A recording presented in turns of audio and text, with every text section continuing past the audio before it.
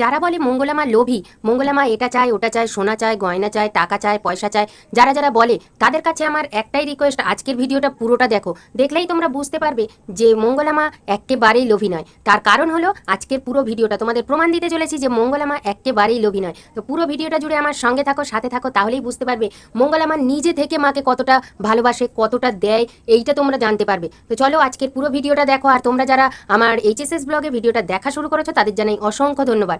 আর এতক্ষণ ধরে কথা বলার পরেও একেবারে একদম কৃষ্ণকালী মাকে আমার ডাকা হয়নি, তো তার জন্য জানাই জয় কৃষ্ণকালী মায়ের জয়, জয় সোনা মায়ের জয়, জয় মঙ্গলা মায়ের জয়। আজকের ভিডিওটা আমি এখান থেকে শুরু করছি। আর তোমাদের সবাইকে তো আরও একবার জানিয়ে নিচ্ছি আমার এইচএসএস ব্লগের স্বাগত।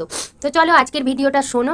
আর আমার কিন্তু আজকে কথা বলতে প্রচণ্ড অসুবিধা হচ্ছে, কেননা এই যে ঠান্ডা গরম আবহাওয়াটা না, তার জন্য গলাটা কিন্তু বেশ ভালোই বসে গেছে, প্রচণ্ড জোরে কথাটা বলছি, বেশ কয়েকদিন ধরে এরকমই গলাটা থাকছে।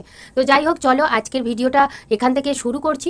তো আজকে তোমাদের দেখাবো যে মঙ্গলা মা নিজে থেকে, মঙ্গলা মা যখন প্রথম দিকে ভিডিও করতেন, এত ভক্ত ছিল না, কোনো ভক্তই ছিল না, এত ভক্ত কেন, কোনো ভক্তই ছিল না, তখন কিন্তু মঙ্গলা মা নিজে থেকে মাকে গয়না পরিয়েছেন, সেটা আজকে তোমাদের আমি দেখাবো।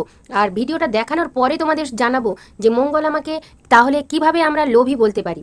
যে জায়গায় দাঁড়িয়ে আরও অন্যান্য মানুষ মায়ের সামনে দাঁড়িয়ে মাকে বলছে, মা কালীর সামনে দাঁড়িয়ে মা কালীকে বলছেন যে তোমার যদি ইচ্ছা হয় জিনিস হবে, বা কোনো ভক্ত যদি দান করে তাহলে হবে, সে জায়গায় দাঁড়িয়ে কিন্তু মঙ্গলা মা তখন বলতেন না যে ভক্তরা যদি দেয় তবে হবে। তাহলে মঙ্গলা মা কী বলতেন সেটা আজকের ভিডিওই তোমাদের পুরোটা দেখাবো। পুরো ভিডিওটা জুড়ে আমার সঙ্গে থাকো, সাথে থাকো, তাহলেই বুঝতে পারবে যে তখন মঙ্গলা মা কী বলতেন। তখন কেন, আজও মঙ্গলা মা এই সমস্ত কথা বলে থাকেন। তো যাই হোক, চলো আজকের পুরো ভিডিওটা দেখো, দেখলেই বুঝতে পারবে যে মঙ্গলা মা কিন্তু একদম কারুর থেকেই কোনো দিন কোনো টাকা পয়সা চায় না, বা কোনো দিন কোনো মানুষের থেকে গয়নাগাটি, কাপড় চোপড় এইসব চায় না। আমি আগেও অনেক ভিডিওতে বলেছি যে আমরা নিজেরা মন থেকে মায়ের জন্য গিফট নিয়ে যাই, এটা মঙ্গলা মাকে দেওয়ার জন্য নয়।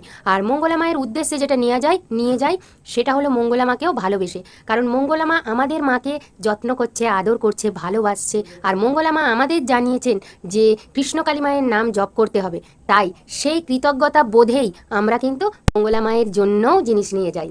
তো এটা যারা মনে করে মঙ্গলা মা চাইছে, তারা একবার কৃষ্ণকালী মায়ের কাছে গিয়ে দেখুক না, তারা কিন্তু বুঝতে পারবে। বা অন্য জায়গায় যারা ভিডিও করে তারা কিন্তু দেখেছে যে মানুষ 5 টাকাও ওখানে রেখে তারপর যাচ্ছে। এবার আরেকটা কথা বলি, মঙ্গলা মা কিন্তু একা মন্দিরটা চালান না, মঙ্গলা মায়ের কাছে আরও অনেকজন আছে যারা কিন্তু দেখে যে কেউ লাইন ঠিক করছে, কেউ মানে প্রণামীর প্রসাদ দিচ্ছে, কেউ বা হচ্ছে এই প্রণামীর থালায় পয়সা নিচ্ছে, কেউ বা জবা ফুল দিচ্ছে, এরকম আছে। তো তো সবাইয়ের মনোভাব সমান না, কেউ হয়তো বলল দক্ষিণাটা দিয়ে যাও, তো দক্ষিণাটা দিয়ে যাও এই নয় যে তুমি 5,000 10,000 টাকা দিয়ে যাও।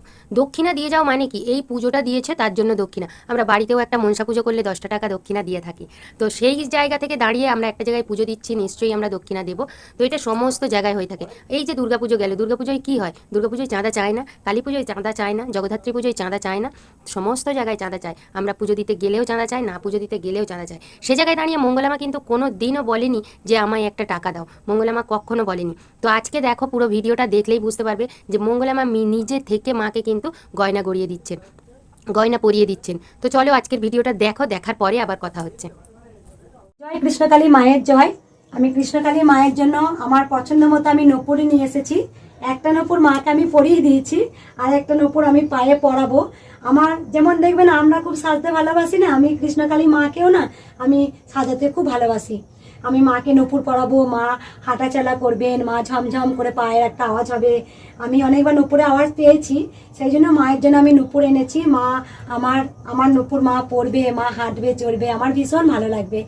আর আমি চাই যে, আমি জানি না কতটা, আমার যতটা সামর্থ্য মতো আমি মাকে একটা একটা করে আমি সোনা রূপোর গহনা আমি মাকে গড়িয়ে দেবো। আমার চাই না, আমার না হলেও হবে, আমি সিটি গোল্ডের পরে থাকবো, কিন্তু আমার কৃষ্ণকালী মাকে যেন আমি সোনা রূপো পরাতে পারি। আমার কৃষ্ণকালী মা স্বপ্নাদেশে বলিয়েছিল আমার মা কতটা হবে, সেই মতোই মাকে আনা হয়েছে। আমি এই যে মাকে নূপুরটা পরাচ্ছি, আপনারা একটু দেখবেন, আর কেমন লাগছে তাও পরে জানাবেন একটু। জয় কৃষ্ণকালী মায়ের জয়।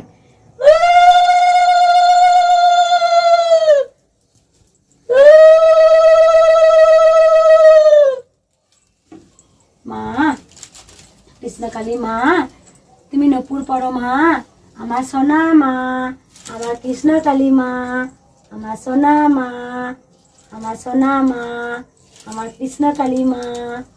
মা, তুমি নূপুর পরো মা, তুমি নূপুর পরে কি সুন্দর তুমি হাঁটবে চলবে, আমার গোটা বাড়িটা আলোয় আলোকিত হবে। জয় কৃষ্ণকালী মায়ের জয়।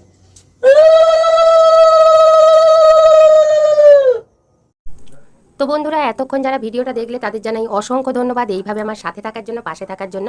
তো তোমরা ভিডিওটা দেখে কি বুঝলে? মঙ্গলা মা কিন্তু নিজের পয়সায় নপুরটা কিনে, যাই হোক মা যেরকম পেরেছেন সেরকম নপুরটা কিনেছেন। এই ভিডিওটা কিন্তু এখনকার ভিডিও না, এই ভিডিওটা আগের ভিডিও, যখন কোনো ভক্ত যেত না, তো তখন কিন্তু মা নিজের পয়সায় নপুরটা কিনে মানে কৃষ্ণকালী মাকে পরিয়েছে, সোনা মাকে পরিয়েছেন। তো তখন তোমরা কি বলবে?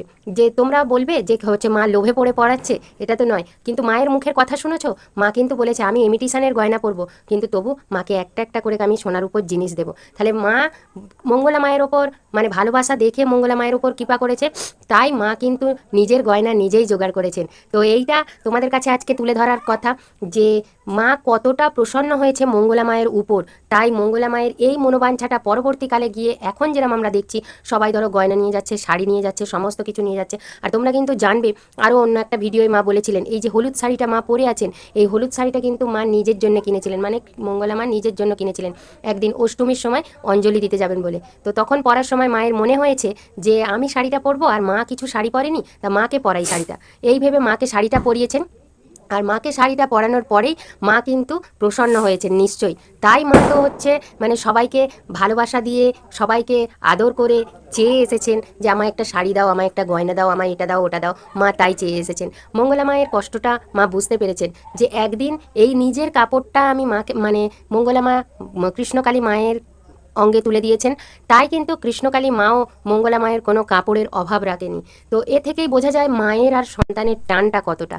তো চলো যাই হোক, আজকের ভিডিওটা এতক্ষণ দেখলে তার জন্য জানাই অসংখ্য ধন্যবাদ, এইভাবে আমার সাথে থাকার জন্য, পাশে থাকার জন্য।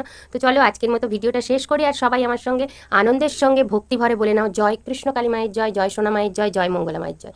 আজকের ভিডিওটা আমি এখানেই শেষ করছি। তোমরা সবাই সুস্থ থেকো, ভালো থেকো, মায়ের কৃপায়। আমি সব সময় মায়ের কাছে কামনা করি কৃষ্ণকালী মা সবাইকে সুস্থ রাখুক, সবাইকে ভালো রাখুক। তো চলো, আর যারা কিন্তু লাইক দাওনি অবশ্যই একটা লাইক দিয়ে দাও, আর একটা ছোট্ট কমেন্ট করে দাও জয় কৃষ্ণকালী মায়ের জয়।